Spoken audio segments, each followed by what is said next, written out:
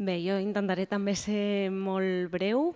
també excusar-me perquè m'he incorporat una mica més tard en aquest Consell, però agrair efectivament tota la tasca que fa el Consell Econòmic i Social de Barcelona, perquè crec que és un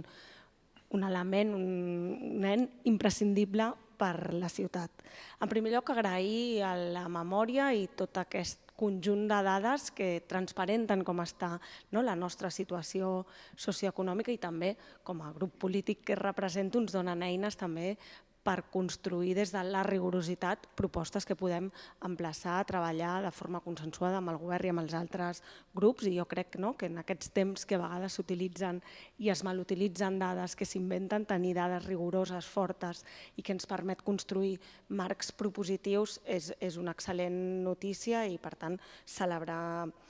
això. Crec que les dades, us heu referit diferents intervinents, el que ens mostren és que estem en un moment bo, diguem-ne, de les dades macro i socioeconòmiques que demostren que l'economia de la ciutat, i m'atreviria a dir el país, són prou fortes, però també quan rasques una mica i baixes a les condicions laborals i condicions de vida i les precarietats no només travessades per les condicions laborals en el propi mercat laboral, sinó per condicions com les condicions d'accés a l'habitatge, per els marcs regulatoris de la migració, travessen també vides precàries, i jo crec que aquí com a Ajuntament i com a reflexió del Consell hem de posar el focus en la defensa dels drets laborals d'aquelles persones que avui en dia ho estan passant pitjor en el mercat de treball i aquells sectors que són principals del nostre model laboral que continuen arrossegant males condicions laborals. En aquest sentit, hem de continuar podent aprofundir fent propostes en l'àmbit del turisme perquè la ciutat crec que viu massa del turisme i per això genera una dependència, però també hi ha vides precàries vinculades a les condicions de treball en el turisme, i això és un repte de ciutat. I també el sector de les cures, no vull deixar de mencionar-lo. En aquest sentit, l'Ajuntament hem constituït una comissió no permanent d'estudi en el sector de l'àmbit del treball de la llar, que crec que és un element positiu i que ens permetrà reflexionar sobre un sector imprescindible per la ciutat, m'atreviria a dir que és importantíssim en termes absoluts per la ciutat i que li hem de posar aquest focus. Això entronca també amb la necessitat de repensar, també reconeixent la feina de la tinenta, que sí que ha emplaçat una nova mesura de govern sobre nous sectors a la ciutat. Jo crec que hem de pensar quins són aquells sectors a impulsar, aquells sectors econòmics que ens han de permetre no ser tan dependents d'algunes activitats i que crec que Barcelona té potencial per treballar-hi.